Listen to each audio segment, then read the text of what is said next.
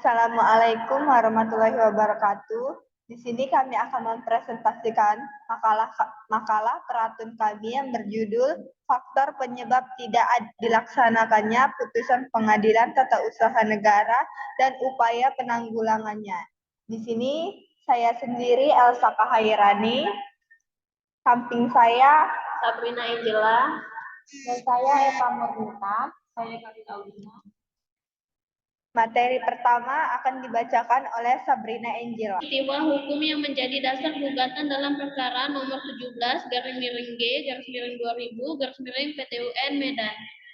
Para pihak yang bersengketa dalam perkara tata usaha negara yang menjadi objek analisis penulisan makalah ini adalah Razali Ali sebagai penggugat melawan Ketua Badan Perencanaan Pembangunan Kota Medan sebagai tergugat 1 dan Kepala Dinas Tata Kota Medan sebagai tergugat 2. Penggugat adalah warga Kota Medan yang bermaksud mendirikan bangunan tambahan pada lantai 3 di bagian belakang atas bangunan yang terlihat dalam sertifikat hak milik nomor 8 dan nomor 23 dengan bangunan yang tertera pada sertifikat hak milik nomor 344 dan nomor 355 yang akan dipergunakan bagi kelancaran lalu lintas pengamanan bagi security perkantoran yang akan dibangun dan untuk kepentingan pendirian bangunan tambahan tersebut. Maka penggugat mengajukan permohonan untuk mendapatkan izin mendirikan bangunan dari Wali Kota Medan berdasarkan surat tertanggal 4 Januari 2000 serta telah mendapat rekomendasi persetujuan untuk ditindaklanjuti. Namun perlu diurus terlebih dahulu keterangan situasi bangunan kepada tergugat 2 dan telah penggugat pula berkoordinasi dengan tergugat 2 perihal permohonan keterangan situasi bangunan. Bahwa tergugat 2 melalui surat nomor 644.4/872 tanggal 24 Maret 2000 tanpa dasar dan alasan yang dibenarkan secara hukum telah menolak permohonan penggugat untuk mendapatkan keterangan situasi bangunan dengan alasan tergugat 1 menolak memberikan rekomendasi dengan alasan bangunan berada di atas gang kebakaran dan tindakan tergugat 1 dan tergugat 2 selaku pejabat tata usaha negara tersebut bertentangan dengan peraturan perundang-undangan yang berlaku. Atau setidak-tidaknya pada saat mengambil keputusan tersebut, tergugat 1 maupun tergugat 2 seharusnya tidak sampai mengambil keputusan penolakan tersebut sebagaimana maksud pasal 53 ayat 2 Undang-Undang tentang Peradilan Tata Usaha Negara dan apalagi ternyata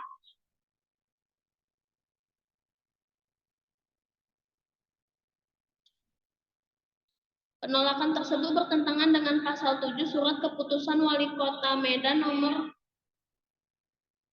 188/342/3932/SK/1998 tanggal 7 Oktober 1998. Atas dasar peristiwa hukum tersebut, maka kemudian Razali Ali selaku orang yang merasa kepentingannya dirugikan akibat keputusan tergugat 1 dan tergugat 2 tersebut mengajukan gugatan melalui Pengadilan Tata Usaha Negara Medan dan terdaftar register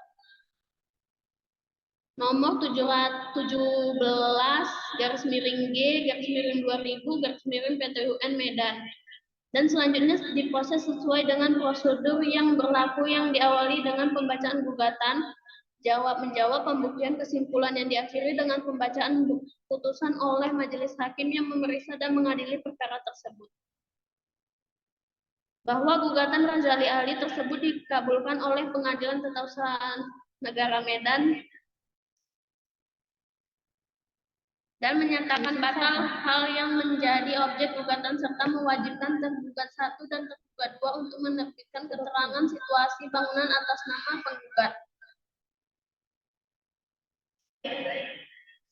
Baik, selanjutnya akan saya lanjutkan. A. Putusan Pengadilan Tata Usaha Negara Medan nomor 17/G/2000/Petun sampai MDN tanggal 8 Juni 2000. Melalui proses yang panjang, akhirnya pemeriksaan atas gugatan Razali Ali sebagaimana diuraikan di atas berakhir dengan adanya putusan Pengadilan Tata Usaha Negara. Putusan Pengadilan Tinggi Tata Usaha Negara dan putusan Mahkamah Agung, sehingga putusan atas perkara dimaksud telah memperoleh kekuatan hukum tetap.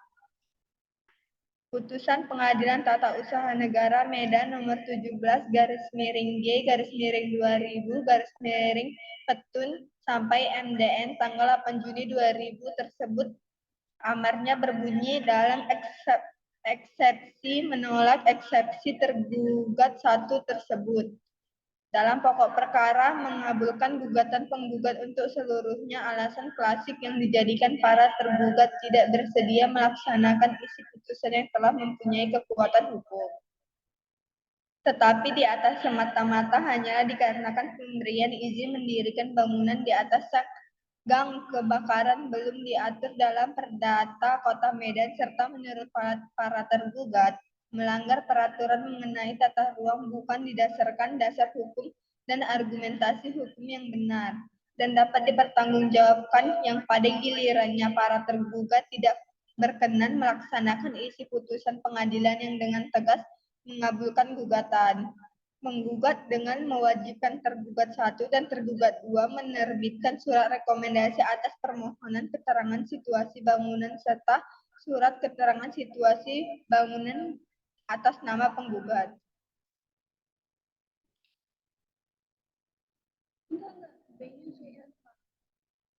Baik, saya akan melanjutkan. B. Faktor penyebab tindak dilaksanakannya putusan Pengadilan Tata Usaha Negara Medan nomor 17/G/2000/PTUN Medan. Menurut Lintong Oloan Siahaan, betapa sempitnya wewenang Peradilan Tata Usaha Negara. Belum lagi mengecuali pengecualian yang diatur dalam pasal 2, pasal 48, dan pasal 49 Undang-Undang Peradilan Tata Usaha Negara pada kenyataan putusan. Peradilan Tata Usaha Negara sebagai salah satu prinsip dibentuknya Peradilan Tata Usaha Negara tidak efektif dalam melindungi hak dan kepentingan warga negara yang haknya dilanggar oleh badan atau pejabat tata usaha negara. Sebab putusan Pengadilan Tata Usaha Negara lebih menyandarkan kepada ketaatan moral, padahal dalam kondisi yang terjadi saat ini badan atau pejabat tata usaha negara yang bermoral sangat langka ditemui budaya. Untuk taat hukum bagi badan atau pejabat tata usaha negara merupakan pemandangan yang jarang didapatkan karena peranata hukum yang ada kurang efektif dalam memaksa pejabat. Untuk itu salah satu yang menyebabkan lemahnya pelaksanaan putusan Pengadilan Tata Usaha Negara adalah karena tidak terdapatnya lembaga eksekutorial dan kekuatan memaksa dalam pelaksanaan putusan Pengadilan Tata Usaha Negara. Sehingga pelaksanaan putusan Pengadilan Tata Usaha Negara tergantung dari kesadaran dan inisiatif dari pejabat tata usaha negara itu sendiri. Dengan penegasan sistem hierarkis seperti diatur dalam Undang-Undang tentang Peradilan Tata Usaha Negara, terbukti tidak efektif dalam pelaksanaan putusan Pengadilan Tata Usaha Negara. Selanjutnya di sini saya akan membacakan C. Upaya hukum dalam penanggulangan tindak dilaksanakannya putusan Pengadilan Tata Usaha Negara di Indonesia. Eksekusi pelaksanaan ini putusan Pengadilan Tata Usaha Negara Medan nomor 17/G/2000/Petun Medan. Dalam perkara antara Razali Ali sebagai penggugat melawan Ketua Badan Perencanaan Pembangunan Kota Medan sebagai tergugat 1 dan Kepala Dinas Tata Kota Medan sebagai tergugat 2, siogianya telah terlaksana dengan baik dengan mempedomani ketentuan pasal 115 dan 116 Undang-Undang tentang Peradilan Tata Usaha Negara. Dalam ketentuan pasal 115 dan pasal 116 Undang-Undang tentang Peradilan tata usaha negara tersebut secara tegas telah diatur bahwa hanya putusan pengadilan yang telah memperoleh kekuatan hukum tetap yang dapat dieksekusi. Putusan pengadilan yang belum memperoleh kekuatan hukum tetap tidak memiliki kekuatan eksekusi, atau dengan kata lain putusan pengadilan yang masih mempunyai hukum tidak dapat dimintakan eksekusinya. Upaya yang dapat dilakukan adalah agar pembuat undang-undang mempertimbangkan untuk membuat ketentuan yang mengatur mengenai lembaga sanksi atau lembaga eksekutorial khusus putusan peradilan tata usaha negara, sehingga putusan pengadilan tata usaha negara dapat dijalankan dan wibawa peradilan administrasi tetap terjaga dengan baik di mata masyarakat. Upaya lain yang dapat dilakukan agar putusan pengadilan tata usaha negara yang telah mempunyai kekuatan hukum tetap dalam terlaksana dengan baik adalah dengan penerapan ketentuan contempt of court bagi pejabat tata usaha negara yang tidak bersedia melaksanakan isi putusan atas dasar pertimbangan penghinaan terhadap wibawa peradilan. Wacana penerapan ketentuan contempt of court bagi pejabat memiliki kekuatan hukum tetap sekalipun putusan telah disampaikan secara sah dan patut telah banyak diperbincangkan oleh ahli hukum tata negara. Walaupun pada kenyataannya hingga saat ini pengaturannya belum dicantumkan dalam peraturan perundang-undangan. Kembali. Bab 3 penutup.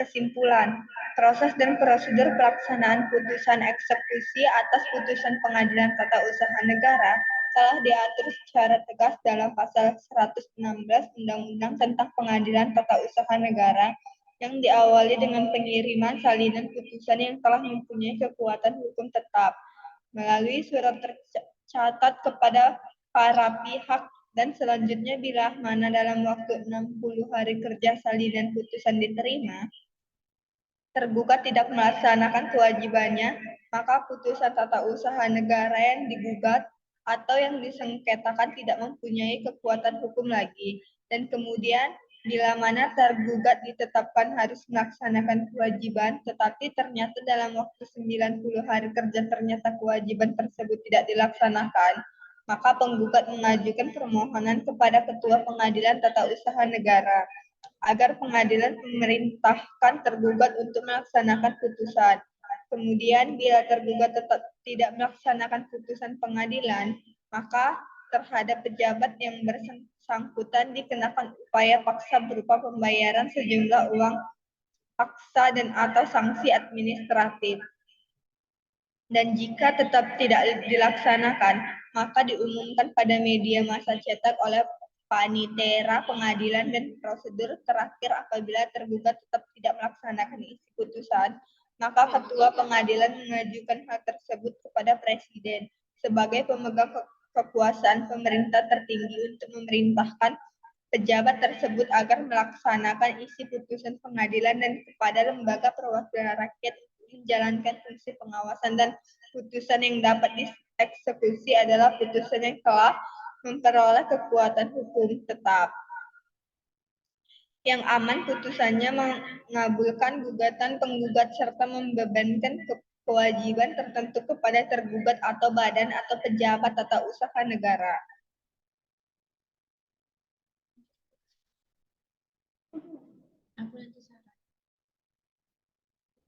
Dua, faktor penyebab tidak dilaksanakannya putusan Pengadilan Tata Usaha Negara Medan nomor 17/G/2000/PTUN Medan yang telah mempunyai kekuatan hukum tetap oleh badan atau pejabat tata usaha negara tergugat disebabkan beberapa hal. A. Tidak adanya lembaga eksekutorial khusus atau lembaga saksi yang berfungsi untuk melaksanakan putusan. B. Rendahnya tingkat kesadaran pejabat tata usaha negara dalam menaati putusan Pengadilan Tata Usaha Negara. C. Tidak adanya pengaturan yang lebih tegas mengenai pelaksanaan putusan Pengadilan Tata Usaha Negara. D. Belum adanya aturan hukum yang baku mengenai besarnya uang paksa, jenis sanksi administrasi, dan cara pembayaran uang paksa dan atau sanksi administrasi tersebut karena harus menunggu diatur lagi lebih lanjut dalam peraturan perundang-undangan. 3. Upaya hukum yang dapat dilakukan dalam rangka menegakkan sistem hukum peradilan tata usaha negara sehingga badan atau pejabat tata usaha negara atau tergugat melaksanakan putusan peradilan tata usaha negara yang telah berkekuatan hukum tetap adalah dengan melaksanakan penerapan sanksi yang tegas berupa upaya paksa, pembebanan ganti rugi, sanksi administrasi berupa pencopotan tanda jabatan dan bila perlu dengan penerapan lembaga contempt of court bagi pejabat tata usaha negara yang tidak mematuhi putusan pengadilan tata usaha negara yang telah berkekuatan hukum tetap. Selanjutnya ada saran. A.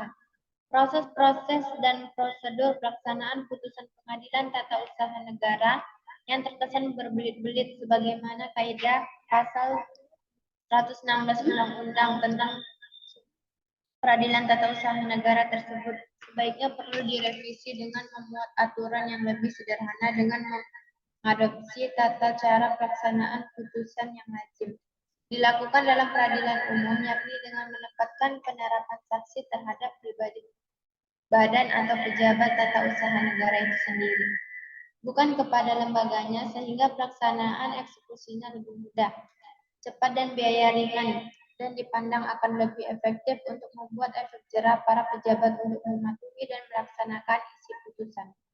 Sehingga tujuan penegakan hukum untuk mencapai keadilan dan kepastian hukum akan dapat dicapai dalam kurun waktu tidak terlalu lama. B. Pengaturan tentang lembaga eksekutorial yang berfungsi melaksanakan putusan pengadilan tata usaha negara maupun saksi yang bersifat mengikat dan memaksa badan atau pejabat tata usaha negara agar taat hukum untuk melaksanakan putusan yang telah mempunyai kekuatan hukum tetap atau serta ketegasan mengenai besarnya uang paksa yang dibebankan kepada badan atau pejabat tata usaha negara yang memandel karena tidak melaksanakan isi putusan sekalipun proses dan prosedurnya telah dijalankan perlu menjadi perhatian serius bagi pembuat undang-undang untuk memperbuat aturan yang lebih tegas dan konkret dalam sistem hukum peradilan tata usaha negara. Sehingga faktor penyebab yang paling dominan yang menghambat tidak dilaksanakannya putusan yang berakibat keadilan dan kepastian hukum menjadi terabaikan dalam praktek pelaksanaannya. Yang C, di samping penerapan upaya paksa berupa pembebanan kewajiban untuk membayar uang paksa dan sanksi administratif berupa pencopotan dan atau pembebas tugasan dari pejabat bagi badan atau pejabat tata usaha negara yang tidak melaksanakan putusan pengadilan tata usaha negara, disarankan agar supaya kriminalisasi merupakan tuduhan penghinaan terhadap pengadilan dengan penetapan lembaga. Juga dapat dijalankan sehingga penerapan sanksi pidana tersebut diharapkan dapat bermanfaat untuk membuat efek jerah bagi badan atau pejabat tata usaha negara yang tidak melaksanakan putusan pengadilan. Sekianlah hasil pemaparan materi dari kelompok kami. Apabila ada yang salah kami mohon maaf. Sekian dan terima kasih. Assalamualaikum warahmatullahi wabarakatuh.